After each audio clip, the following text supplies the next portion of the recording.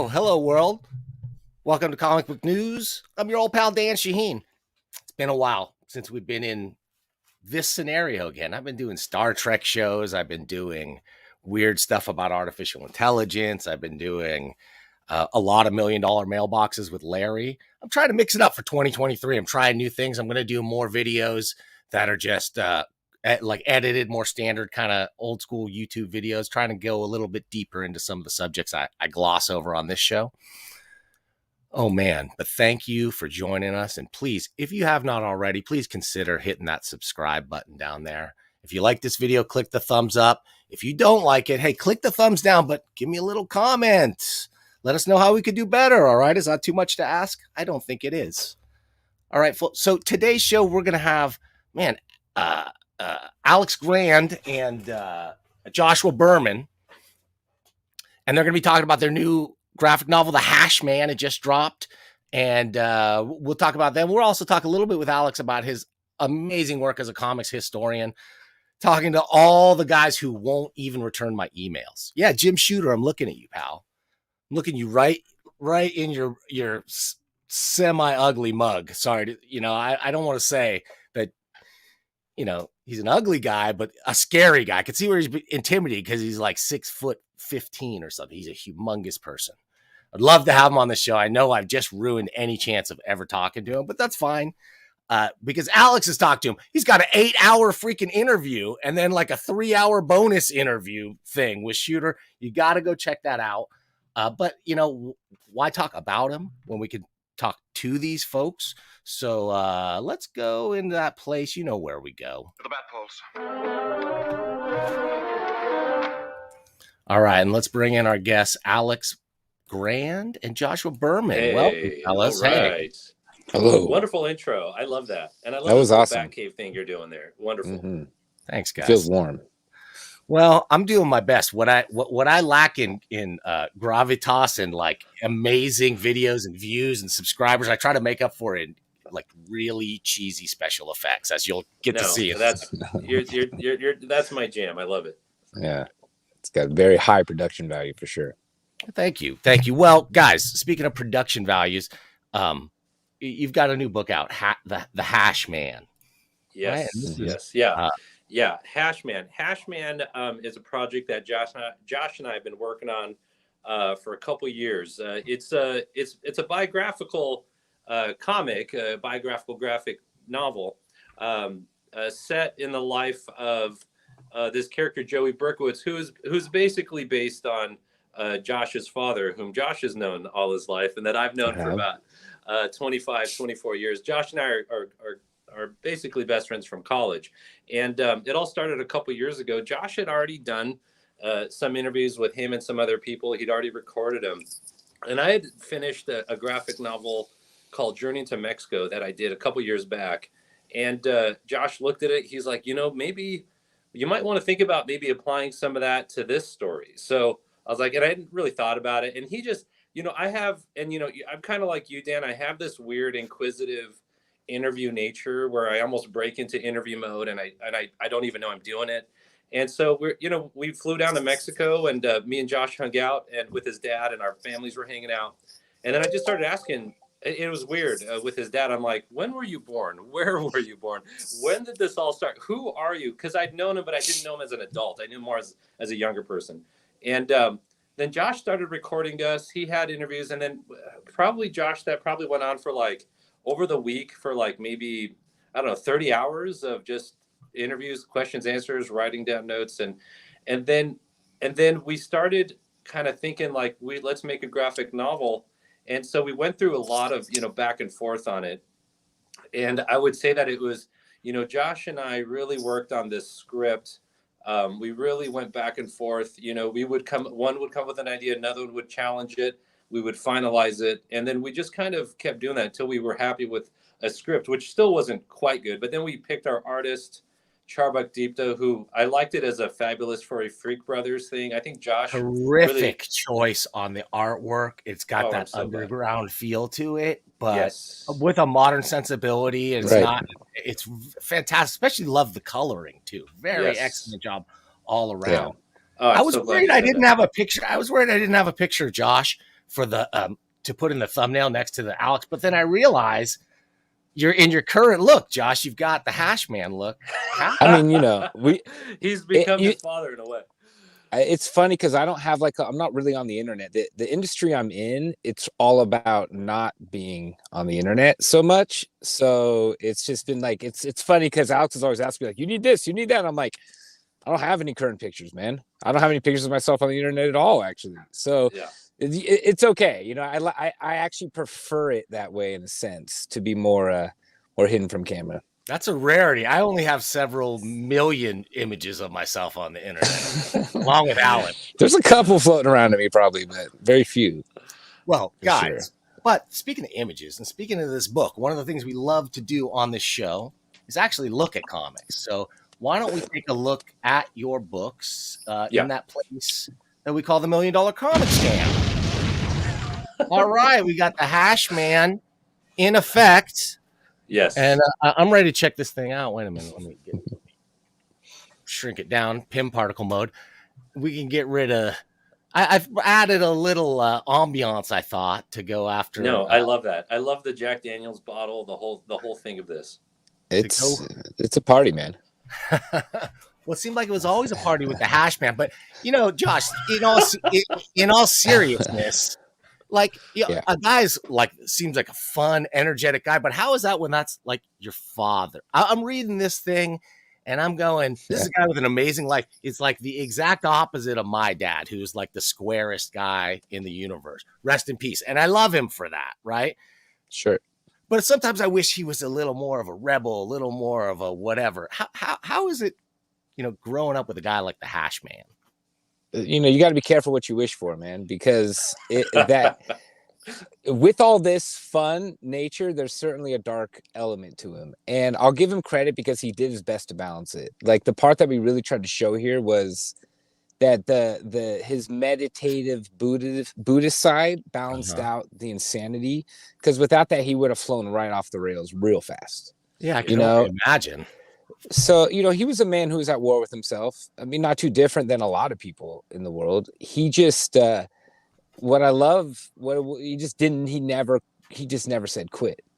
Like he had this kind of cockroach mentality, tenacity about him that like he knew he taught me, you don't have to be the smartest. You don't have to be the strongest. You just got to have the least fear. Like you got to be the bravest. Wow, you got to have the most endurance. Right. Like those are the things that he taught me, and the way he taught those to me were rather wild. And so like we're in the. It's funny you bring that up because we're actually contemplating doing the second part of this project, or we're not contemplating, we're doing it. We're just trying to figure out how to do it, Alex and I, and telling the other side of the story in a sense, because what we didn't go too deep into here was what happened around legalization and the wildness there. Like we show a little bit, we purposefully glaze over it though, because it's just way too intense. So I live in Humboldt County, and beautiful, and where it was, all the stuff that you're talking about, and all this stuff is such a deeply important part of like this community's economy and history as well. So it was really it hit home in that way. There you go. Awesome. That makes sense. Sense. Yeah, and there's something that Josh kind of I love Humboldt, by the way. Be careful what you wish for and stuff. That there's a certain element of balancing, trying to teach a lesson, but also trying to do it in a peaceful way and trying not to be sociopathic about it and mean about it. And so Josh kind of Josh is part of that, but part of that also is learning how to live with risk. His dad lived with risk. and Josh kind of absorbed that too. So that it's definitely, he is, you could consider him Hashman Part 2 in a sense. But yeah, this was definitely an exploration of that sort of psyche. Like exploring the psyche was a big thing. Trying to break it down psychologically, because it's easy to hate the guy. It's also easy to over heroicize him. And we really tried to balance, the good and the bad to really make a human person out of this comic. Yeah. I'm a fundamental believer that like fear is the mind killer, and fear is the technique that is being used to control us in so many ways, in so many different directions. 100% believe it. The thing I almost compare this book to, it's weird. Bear with me here, fellas.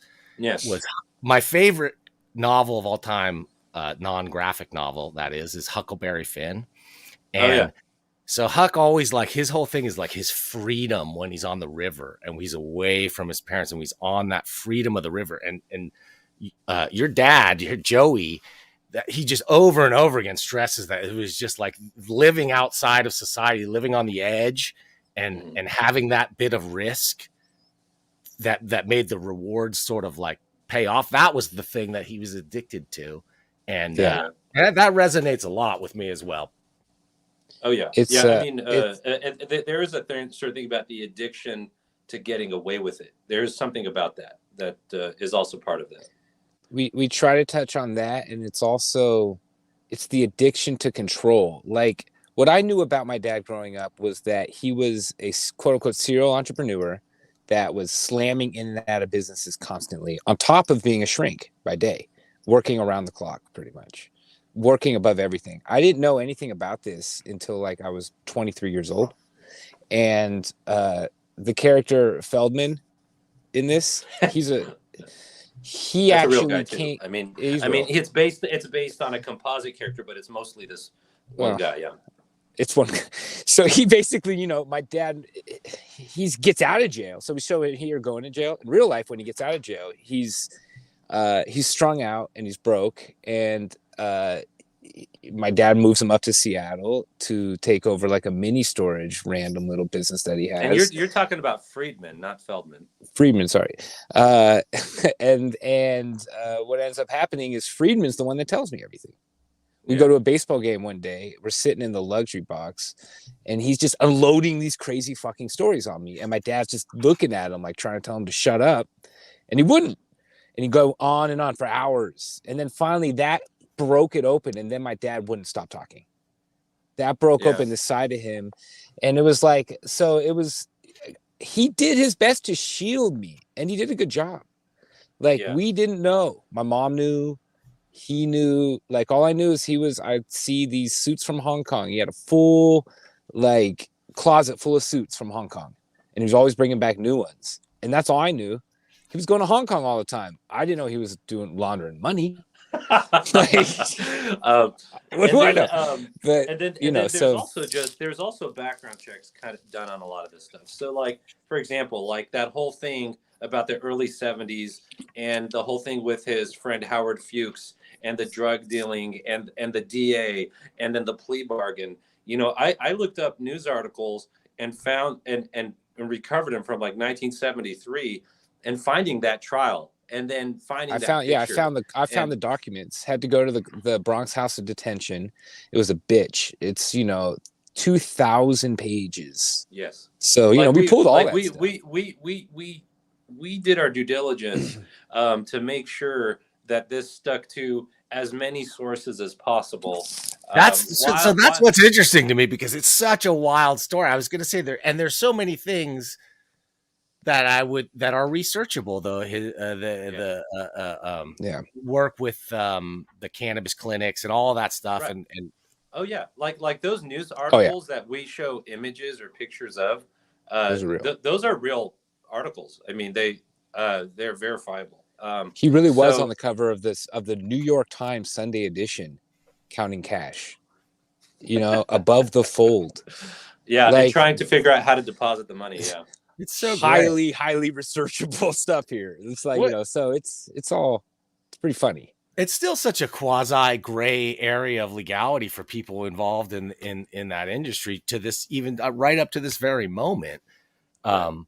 that I could Sure. see, and I could see the type of people that it attracts. Like around in Humboldt County, there was, Everyone. people who want to live out, people who wanted to live outside of the law somewhat, and that's all started to shift though now, and the economy is starting to crash in that way, Yes. Mhm. and everything is changing, and it makes you realize how much, like your dad's whole career here was propped up by prohibition. How much tax money was poured into enforcement of this Right. stuff? How much was just wasted and just making people richer, richer, and richer, ironically, by spending all that money on enforcement. Right. Right. And he remained staunchly liberal about it. Like he thought all drugs should be legalized, even while, participating. It's just, you can be both. Like you can have this kind of these dualities. People don't see it that often, but like it's real. Like humans can be hyper complicated. That's what we wanted to show here. He's not a hero. He's not a villain. He's somewhere in the middle. And It was an interesting balance of us balancing his mindset and his psychology while also keeping it structured, like narratively objective as we can, based on these different sources, whether they were court documents or newspapers or other people we interviewed or talked to. So it was an interesting thing, and we went back and forth on a lot of this stuff. It was not, easy peasy from day one. It was like we had some debates on how to structure some of this stuff. It's definitely definitely collaboration between Josh and I from every step. Now I want why don't you show that very first page with the dog, and I want to show you something that we did there, Dan, that you might find interesting from a comic perspective. Oh, yeah, here we go. Rather than now, not like kind of looks like a 9-panel grid in a way, right? Yeah. And this is a so his dad calls me and he's like, I had this weird thing with the dog. I know you're like kind of almost done with this thing, but I just want to tell you about it. And then he tells me the story about the dog. And then suddenly, I'm thinking like 9-panel grid.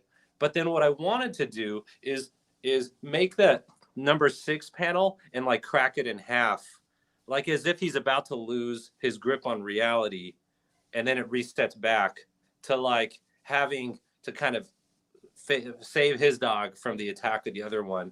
And there's just something just very, I just love the page, because then it functions as this foreshadowing of like, who's this guy that could lose at any second? Like, who is this? And then maybe try to bring some sympathy as far as, people who like dogs, but also have that classic approach to a page with something a little off about it and then lead in. There's just stuff like that we just had a lot of fun with. Well, tell me about the cartoonist here, because this is I've never seen any of this person's work before, but they're clearly a skilled cartoonist. This is not their first comic, right? Well, he's an Oxford man. To start off with a silent, silent comics are the hardest ones to do, and so like it right away told me that, we're dealing with a cartoonist, so this is going to be enjoyable as somebody who appreciates comics there's so many great, you guys know this. Graphic novels are the hot thing, right? Everywhere. So people who had stories to tell before, they might have written a movie treatment or something. Now they go write a graphic novel, but then they hire Joe Nobody off the street and somebody who's never written a comic and doesn't understand the unique challenges in writing for this medium. Yeah. So that first page, for example, well, okay, let's talk about for that first page, I did a stick figure layout with the grids. And so I sent that to him. But then he cartoonized it, obviously, and he hit it out of the park. And he took it beyond, what I thought it could be. But let's talk about how we chose him. So what happened was we had our script, and then, there were like, there was this feeling like we wanted to do it more from like, I like Persepolis and I like Mouse and I like that kind of stuff. Not superhero, something more cartoonish. And so we picked from 3 different ones, and we gave them the same one page. Okay. And then what I particularly liked, Josh loved the colors and the shapes, and he loves it. He's very visual, colorful like that. What I liked about what he did was it took him less panels to explain the same amount of story as the other two people. And so then what happened was he was able to do certain things with the faces that also elaborated on and did the same thing that it took someone else 3 more straightforward panels to do. Yes. And then concise storytelling. That's right, that's the key. That's the key of all comics. If you do that, it doesn't really matter how well you draw. But it just so happens this guy can draw really well. He could draw on top of that, so it all comes together. And he really understood color, like, and that was the thing, because it felt like Mexico. It felt like India, Buddhism, like the stuff that were these X factors in the story that we wanted to pull it into something different than like another drug gang or kind of weird story. Like, this is more vibrant than that, you know. And that's really, you know, that's where we kind of lean, you know. And I mean, like, I'm kind of a creative director in my day job. So like what I really do is I drive brands. So I know how to like do that part. Right. And all the work, you know, my mom is really, you know, she was an art teacher for many years, a really, really well-known art academy up here. So she kind of trained me in art, and I always put out highly, highly bright, vibrant things. That's just how my eye works. So for me, it was like immediate. I was like, this is the one. He understands color differently than all these other guys. Like, well, and it's very difficult to do that without being like the balance, right? Without like that page right there, that teal and those reds are directly across each other on the color wheel. Like, those are things that my mom taught me when I was a child. So when you put them against each other, your eye just wakes up, you know. And so, and you know, my background is sort of in cognitive science as well, so I'm always kind of working on visual representation. And then Alex, you know, to his credit, like when it came to structuring the flow of the story, like that was it. Like, he really understood that. I don't claim to be a comics guy at all. I'm a cannabis guy. Like, I am a comics guy because my best friend runs a big comics thing, and I'm really into what he does, and I try to keep up. You can be, and many people are. But like, well, that's where maybe that's where Dan comes in, actually. Yeah, exactly. And I'm not saying like I smoke weed. Like, I work professionally in this industry for 20 years. You know, like it's my full thing. This was a first opportunity for. I've published a magazine before. So like, and I'll send you some of that stuff. Like, that's kind of like funky and culty. So I understood publishing, but not comics and this type of visual storytelling at all. And so that's where Alex kind of like drove that piece. And then me, like, I'm a whiz bang. I'm more of a caption gotcha art. Like, I can hit the right words. So I grew up just listening to a lot of rap music, and then I can kind of hit the right colors. And then Alex was like the weaver. You know, and so we have this cool way. We've worked together on other things in the past. So we kind of get each other's, like, he knows my kind of moodiness. I understand his hyper aggressive forward nature that most people don't get. And so we kind of know how to smash through things. It's the type of OCD that, like, you got to just love him for it. You That's know? a Middle Eastern thing, I think. Come on, strong. You just gotta appreciate it. Yeah. Well, one thing I love, one of the details that I stress way too much about is like paper stock. You could have ruined this artwork with a glossy paper, but you went with this matte stock, that because with this much color on there, it could get wild. This just feels right. It feels soft without being too far on the pastel side. I really like the artist. The color in particular jumped out at me as well done, but also not typical of what I see in so many other graphic novels. It's a really nice style.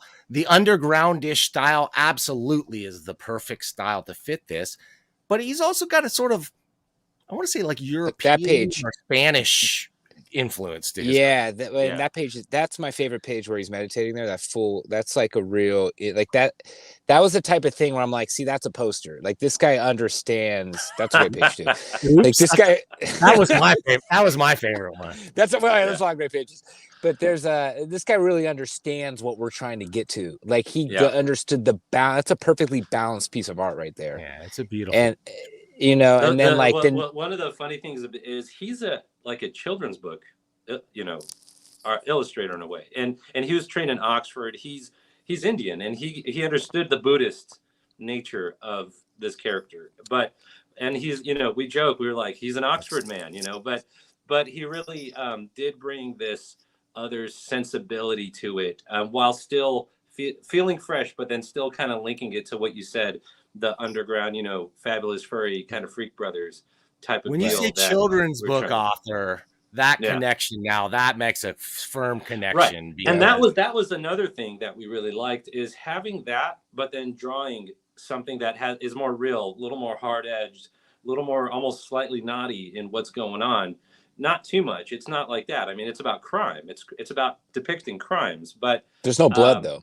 but there's no blood. It's soft crimes. But balancing that with almost like a child approach, we felt that visually it was giving the edge that we were trying to give it, while still keeping it attractive, pulling a person in. I think, yeah. So sorry, I was going to say, I really think children's books are an actual like a primitive form of comics, if you will, like a proto of comics in so many ways, and that the concise storytelling and it has to be crystal clear for a child to understand it, and it's that same clear storytelling that makes the best cartoonists of adult work as well, I think. Oh yeah, for sure. Yeah, because they're trying to show moods and things all in one picture. So that's right. This really came through. It really came through. A great choice. That you could have done this complete story in many different ways without. I will say this artist really knocked it out of the park. That's awesome. The Agreed. And the writing, obviously, when I talk about the writing, I talk about the pacing of pages and the panel choices and things like that. Kudos to you, Alex, for having read a zillion comic books over the years. And knowing that structure, how not to write a graphic novel, how not to. And I also took some lessons from Journey to Mexico. Looking back there, I mean, still think it's a beautiful comic, but I would have done some things a little bit differently. But I think Josh even commented, on our next outing, we have other narrative ideas that we'd like to take it further with, because really it's you get experience, right? You get an idea of how this goes. But I love let me ask you this, Dan, just reading it, do you feel like you got a sense of who this person is, who the Hashman is? Well, I did and I didn't. I did, in the sense that these stories are amazing but it gets to the point where you're going oh my gosh, so many connections to so many people worldwide. And it wasn't until the very end, the very, very end, where there's just the little wink at the end and the little nod to the idea that, this guy led a storied life. And just like anybody who's led a storied life, maybe there's slight embellishments or whatever. There's an unreliableness to the narration, in the sense that, because he's an outlaw kind of guy, right? Yeah, he's an outlaw. For sure. But then when you bring it home and bring the receipts with the actual news stories and court cases and stuff, that's when it's wow, what a crazy life for somebody to want to live. I wouldn't want to do it, but the stress would destroy me. I think if I tried to live a life like that. I think that's where I think Josh and Josh definitely has a sense of living with that sort of stress, and I'm almost boggled by some of that. But I think from in college I was like the nerdy friend and he was the cool friend. You know what I mean? That's kind of how that was. But he was the smart friend. He basically, what happened was I got to UCSD, and I come from an inner city high school that had very little AP anything, and I got pushed up into this very difficult program there. It was very strange. We're both on the crew team, and I was kind of a rowing recruit, and so they were trying to keep me on the team. Meanwhile, I was barely surviving in school in the early mornings, and the whole thing was just a nightmare. And so our coach said, meet Alex. This is the smartest guy on the crew team. He's going to teach you how to study. And I was like, sounds good to me, man, because, I need it. And so it became this, so the first day we go back to his apartment building, to, study, I pull Einstein's theory of relativity off of his shelf and I open it up, and every single word in it was underlined and either had a circle or a square around it, and all the margins had equations written in them. And so I was like, holy shit, dude. And so I was like, I mean, I was always loved physics. So I was like, hey, can you break this down to me? And he pulled out, he's like, sure. Pulled out like a little stack of, I remember, like printer paper, and just started writing equations. Yeah. See, that E equals MC squared. That's how it works. And I was Little like, did you know it was the holy- chemical formula for vibranium that he. If only we can find that one out. He wrote that next. And so it kind of cracked off this thing where like we taught each other's world in a sense. He helped modify I would say Josh my probably thinking. opened me up to a more human, mischievous aspect of the world that I was almost oblivious to before. I cracked him out of that shell, and he brought me into a shell I needed to be into, sort of. So it was dope. And we just kind of became like opposites but best friends really fast. And it just, man, he's one of the only people I still talk to from that whole era, you know. So it just maintained, you know. So we went on to do some fun things together. This was the first real collaborative project, but we knew how to work with each other. We'd spent hundreds of hours working together on things already. So from that standpoint, like that's the hardest part with collaborations is usually people end up hating each other by the end.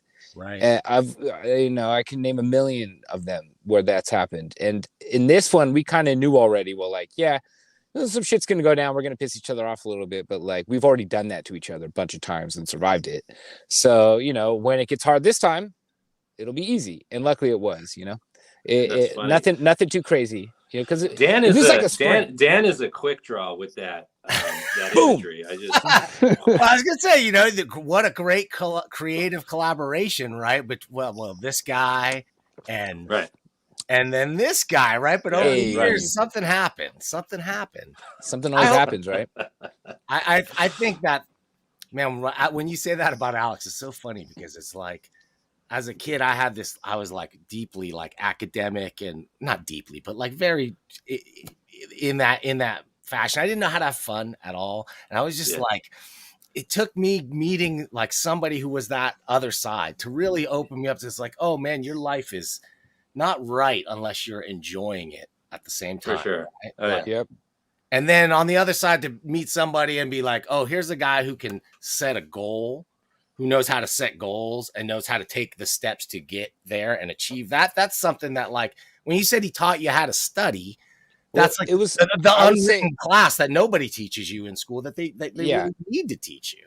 It was visual learning. That's what I say. I mean, look, I mean, it wasn't like, I mean, I'd gotten into that school, you know, I was a 4.0 student at my school, but it was like, it was just more taking it to the next level to visualize the next level. It was like, okay, when you when you look at a cell, visualize the cell in your brain. Now flip it over. Now look at the back of it. Now look underneath it. Now break it in half. Now look inside. Now visualize every element. I was like, holy shit. It made me do that with everything, you know? And so that was a huge breakthrough for me. And it changed the way I looked at everything in a sense. Right. So, you know, he did that for me. And at the same time, I came from this wild life. And I was living another version of it. I was kind of like predestined for that. And so, you know, as soon as I graduated, I went right into the music industry. I've never had a day job. I've always worked for myself right through. And then when the legalization thing happened, it was so surreal that I knew implicitly since then, it's been like, how do we explain this to the world? And it was just amazing that, like, luckily my fucking best friend had a format for that. Like, he had this knowledge base that we could kind of carve into something, and we're still working. Like, this is just the beginning, you know. And it's I mean, this is a huge piece of the puzzle, but like, this is just part of the telling of what we want to encapsulate. I mean, you know? when you look at that whole medical marijuana clinic scene, you know, Josh and his friend, they're saying, hey, Dad, you can write authorizations because you're a nurse practitioner, and then we can sell that service. And then obviously that service was massively abused, where he's seeing 4 people at the same time for like 2 minutes. All right, get in, get out, $300 each, you know, making this thing, you know. But that was them. And there's a whole other, when he left over this whole thing of what happened and some conflict, and then Joey then goes off and does a whole nother thing. Well, what happened after that? And what was their perspective when Joey left? What was Jordan and Lamar's perspective of what happened? And what were they going through? And what was their backstory? And so there's a whole nother aspect to this. Right. There's actually a whole legendary war that we purposefully left out of this because we just wanted to, like, it's too much. Like we debated it. We're like, are we going to write 2 comics right now? Like it became this thing. We're like, no, we can't do it. Sorry to cut you off, man. But yeah, I just wanted to put that in there, you know? Right. So there's more story to tell, but this was more about a narrative arc of a human being. Forrest Gump. And and almost going through. He meets everybody, including. So there's a character in here who's not Billy Crystal. No, it's Billy Crystal. Yeah, it's obviously supposed to be. We can't necessarily make anything specific, but let's just say this: that there was a high school that was attended to by famous people and not or people that became famous, people that didn't become famous or did something else. Yeah, and people hung out when they were kids, right? And all that, all that's real. All that's real. Like we didn't glamorize any of this. They were the drug dealers to the stars in downtown New York. Like he was hanging out with all these characters. Like those are the stories I had to listen to over. And the whole thing with the whole thing with the last tango in Paris, and yes. That's all that happened. That's like his favorite story to tell. I didn't know. That was a line that I really, me and him debated on lines, but that one I really needed to. That was yours. I didn't know a stick of butter could do that. But it's so interesting because you used her real name, that actress's real name in here and referenced the movie, but for real. But like the Billy Crystal character is like you had a pseudonym for it. What was it, like Billy Glass or something, or Willie? Yeah. I mean, I don't want to confirm. Willie Diamond. Diamond. I'm not trying to. We're not trying to confirm or deny it. Billy Crystal's people are going to come after us for royalties on basically, Hashman. we would have to. The last thing we could have happen. It's all based on a true story. There are things that were verifiable. Then there's also some fictitious things that were. But that I would say the 2 things that we're mentioning are definitely from our impression valid things.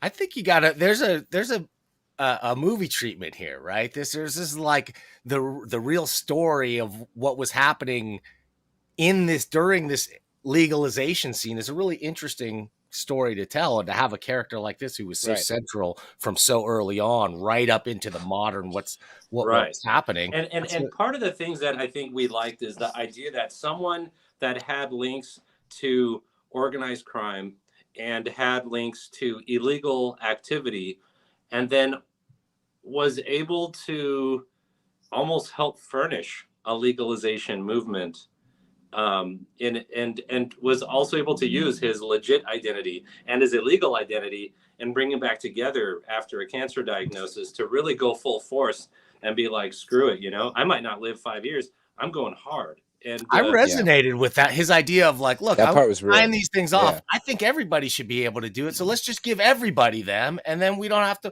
like, that's in a time when it seemed like it would never, like the legal way would never happen. Like that's the anarchist, that's the grassroots way. That's right. That's right. And it's almost like flood the system until it can't say no. Right. That's the idea. Speaking of this flooding the system, we might be flooding the cellular networks. Oh, here we go. Sorry. It's all right. My phone. I don't really know how to do this, and then also turn your phone. Can you do that? My phone just won't stop ringing. It's like middle of the day. Oh no, it's all good. Yeah. No, you're doing good. We're keeping it together. I'm very So I apologize for that. Yeah. Before we get out of here, fellas, because I know you, Alex, I know you got to get back, and I got to get back to making money. And Josh, I know you're making money in 12 different. You got 3 companies to start before lunch, and then flip those, consolidate those, and turn them into whatever the next big thing is. I love that.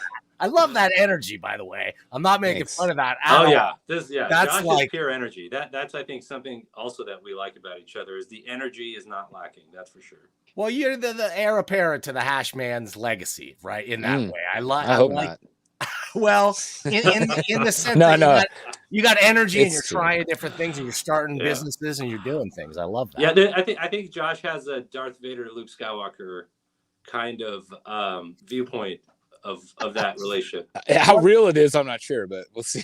That's the way Okay, I like to look at it. You queued me up, and I don't want to get away from that subject. But speaking of Darth Vader, tell me a little bit about Jim Shooter. I love Jim. You know, he's I really respect the guy. You know, and he did a lot for Marvel in the 80s.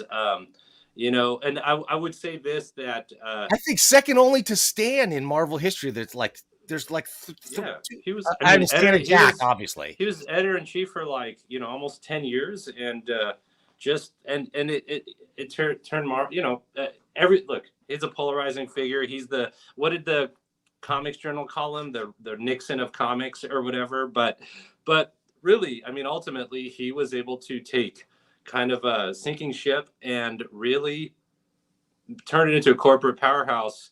And I mean, look at the people that came in. You got, you know, Bill Sienkiewicz and you know, John Byrne really kind of finding his footing, and Chris Claremont giving the freedom to do whatever. You know, there's a list. You know, you got Walt Simonson's Thor. Like, let's do something different. Let's go hard on this. So that's what I mean. Yeah, he really was able to take creative risks. Yeah, right. And so when people, you know, say, hey, look, you know, it's not the 70s that I grew up on. We'll get over it. You know, it's not about you anymore. You know, everything has to move on. It's like people complaining about, oh, you know, there's too much of this liberal stuff in comics. Well, you know, if that's what the kids want, that's what they get, you know, and let's just get over it, you know? I guarantee you somebody was saying that about Neil Adams in the 70s, right? Or right, like, right. what is this preachy, liberal, preachy stuff doing in my comic books? Right. It's so silly. And there's quite a bit of the industry that really likes him. You know, I socialize a lot at these random conventions here and there, and they'll be like kind of whispering, I'm not going to name names, they'll be like, oh no, he was great to me. I like him.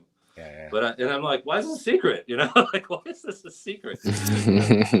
Some of the things about Shooter that are so polarizing, and I think why is because he made several like brilliant decisions, mostly I think in the creative people that he was able to attract to Marvel and turn loose. Yeah. But then he would make really weird dictatorial edicts and stuff that alienated some people.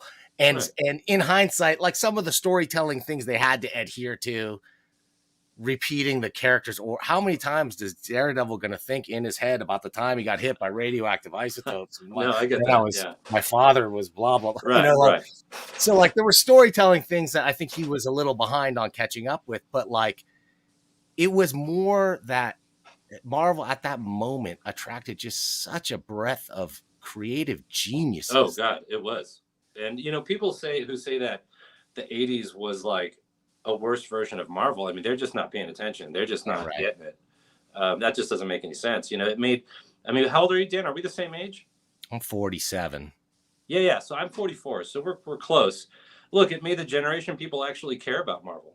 I mean, I think, you know, I love the 70s stuff. I can read Englehart all day. I mean, he came over to one of our comic get-togethers recently, and I love hearing him. But again, I asked him, well, what'd you think about Shooter? And he didn't say anything bad about him, you know? And remember, he did West Coast Avengers and all that stuff while Shooter was there. He was like, no, he was fine to me, you know? That reminds me. Okay, Alex. So there's one guy that I have talked to that I don't think you have talked to.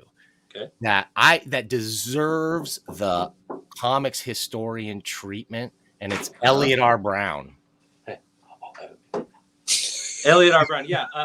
Yeah, no, I love Elliott R. Brown's work. I love his, you know, photography, and I love his designs on the Marvel Universe. And so I love that you've given him the spotlight that he definitely richly deserves. It's his stories. It's his bullpen stories. Oh, yeah. It's his Shooter stories. It's his everything that, like, I just think it would be fun for your audience to see. Because God knows, only a few of them are maybe tuning in. Like, maybe they're tuning in for Alex Grand. We're getting that comics historian bump right now. So I hope you guys out there will consider subscribing to this channel. Think about watching some of my videos.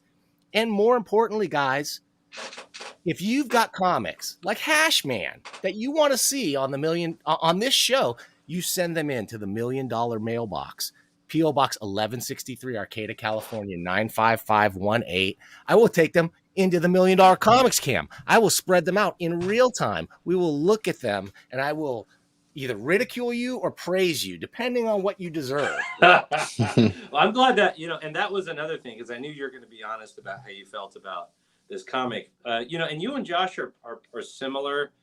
You both kind of have an equal and healthy distrust of the system and the computerized, monopolies of the world. And you're both kind of Right on, you're center liberal-ish. You're liberal center. And so there's this Who thing where knows sometimes anymore? it goes the other, and it's more about common sense. And so you guys have that. So I mean, I pay attention. I mean, I know, we haven't really like talked a lot before, but we've interacted, and I've paid very close attention. So no, I really appreciate, like, you'll be kind of devil's advocate sometimes, where everyone's like really ready for that lynch mob, and you're like, wait, let's think about this for a second. So I knew that when you were going to do this Hashman thing, I knew you were going to be dead honest about it. And it brings a joy to hear what you have to say about it, and the positive things you said. That does mean a lot. Cool. Well, I read a lot of comics. I read a lot of this nonfiction. There's a lot of terrible nonfiction graphic novels. Like, people think it's an easier way to tell a story, but it's twice as hard. It's twice as hard, right? Because there's so many disciplines that have to go into it. So it's really fortuitous that you came together with somebody like Alex, who knows comics, somebody like yourself, Joshua, who knows art and who's had this amazing story as well, and this connection to this story. But then, I mean, what to bring in Dipta? What is his first name? Charbak, Charbak Dipta. I just gonna say, just tell that guy. Oh yeah, kudos. I send him links and comments even now, and we still communicate. And he loves he knew he was doing something different when he did this. This wasn't, like the classic children's story, right? But he really wanted it to be good the whole time. And anytime Josh and I had art corrections, he was like, fine, I just want it to be good. Fine, whatever you say. And then even like that one where he was yelling at the dog, I was like, make it even crazy. Like, I was like, go get his arm up here, get his face huge, distort the guy's face. And he was like, okay. And then he loved what he was doing. You know what I mean? Things like that. I was like, go for gold. Don't hold back. Let's just put it started getting like a Sergio feel in that first page, with the silent comics too. And this guy's loose approach, very expressionistic and cartoony, which is makes the best kind of. It's why I love Peter Bagg so much, and his nonfiction stuff. Peter Bagg does that. He does this thing, and their faces are huge. But then he's telling stories about George Washington and libertarian founders and stuff like that. Politically, anyway, I put myself probably in the libertarian, but more like a sort of a left leaning. Everyone at Humboldt's a libertarian. I thought you knew that, Dr. Alex. That's no, I mean, that's I would say, that makes sense. I mean, that agrees with the observations, and I love it. I think it's great. It's good to have it's important to have a healthy distrust of a system you're in. You do not want to be brainwashed. I might have an unhealthy one at this point. We'll see. I don't know. Time will tell. When you're Palestinian too, on top of it, you get a whole other view. On things true. And like life. Here's the thing. My dad, though, who just passed away. My condolences, man. The pictures you show, he seems like such a nice dude. Thank you. A dude who's proud of our heritage, who would bring our Palestinian family tree, which goes back like hundreds of years, our family tree in Palestine, and was so proud of it. But at the same time, was never bitter, never said a hateful word. Like, he didn't like politics of what was going on over there, but we had Jewish friends and acquaintances and family and everything else. And that was a message that guy taught me, is, you can have these diverse, you can believe what you want, but you got to have an open mind and got to be, give people the benefit of the doubt. They're all looking at things through their own lens. Yeah, right. Exactly.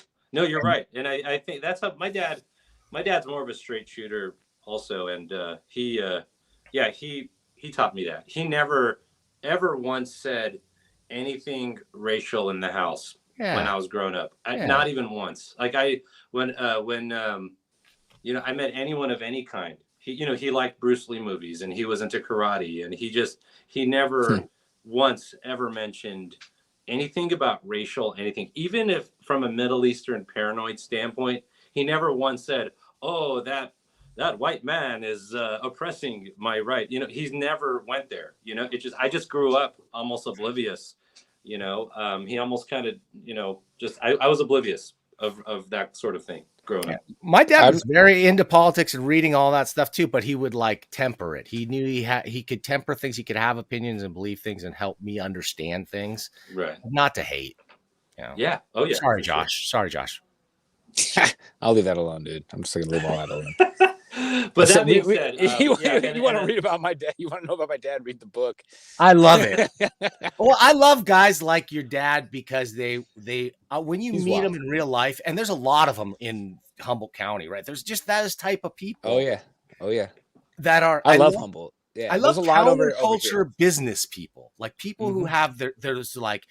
Sure, there's things quasi-legal, we're taking risks or whatever, but I know how to run a really good business. It's still difficult to run a business, even more difficult when you're in that gray quasi-legal realm. So my hat's off to anybody in those industries. Right, totally. That's for risk for sure. I remember even in the heyday, Josh was saying, "Hey man, the feds can just shut us down any day. Who knows?" I'm like, "Geez, how do you live that way?" You know? Okay, guys. Know. No choice. Talia Spencer wants everybody out there to subscribe and check out Comic Book Historians. If that's very nice. Thank you. You know, if you've got 8 or 10 hours to spare, you can get every detail of Jim Shooter's life. You can have it. I feel like I know the guy now. There's nothing I can ask him. He gets in there. Make him angry. I love it so much, though. Oh, that's really nice. Thanks. And the other people that you've interviewed, I mean, if you just go look at his channel, look at the thumbnails, it's like there's so many of these guys that are not going to be around much longer. I'm sure there's a lot that are not around already. Yeah, I think four of them have died. Yeah. That never got their heyday. So awesome that some of them are getting to live to see this day when the comics the comics medium is more respected and the superhero genre has attained this lofty height in mainstream society. Yeah. So now, and Jim Shooter, he wrote a blurb for my book coming up, Understanding Superhero Comic Books. He wrote a blurb for that. Me and him email still, and I'll ask him random stuff, and he's just really gracious with information. I respect the guy. I know not everyone. There's different opinions out there, but I think that there's quite a bit of people in the industry who like him, who just don't say it. I was raised to revere him when I was a kid working in the comic book store. The guy I knew, JK, rest in peace, who taught me so much about comics. His thing was Shooter was about selling comics. Like he was making them great with great art, and he knew that was a part of it, but he knew it was a business too, and was just doing the Star line and the kids line, the licensed stuff, and perfect. And doing amazing stuff with those like Transformers. I mean, it's a commercial art, and an editor-in-chief has to know that it's a commercial art, and and I think the commercial aspect of it versus some of the creatives that don't want to be confined, there will be a natural tension there. He elevated it. Even the Alf comic was pretty good. You know what I'm saying? It was good. I read that. That was good. I heard that. Okay, guys, I gotta get out of here. And I know you're great. Thanks, Dan. Thank you so much for coming in and telling us the story of the Hashman. Stick around. I'll be in the green room. I'm going to do just a quick outro and then I'll get us out of here. If you got time to stick around, if you got to go, I understand. Sure. Thanks, guys. Thanks. Okay. All right. Hey, everybody out there. Thank you for sticking around. I'm going to get us out of here in just a moment, but I've got to play our closing credits. That's how we pay the bills around here. And then at the end of the closing credits, we all, like any good piece of comic book media, we've got a little cameo. So stick around for that to the bitter end. I will see you. I don't know. I'll see you for sure on Tuesday for Serious Star Trek, because that's just a fun hangout with me and Larry and John Price, PhD. We'll talk about science fiction and the reality of science fiction that's creeping into our world every day with artificial intelligence and all that other jazz. So, come on and check that out, and then come on and check me out here. But when? When are you going to check me out? Oh, yeah, you're going to do it next time.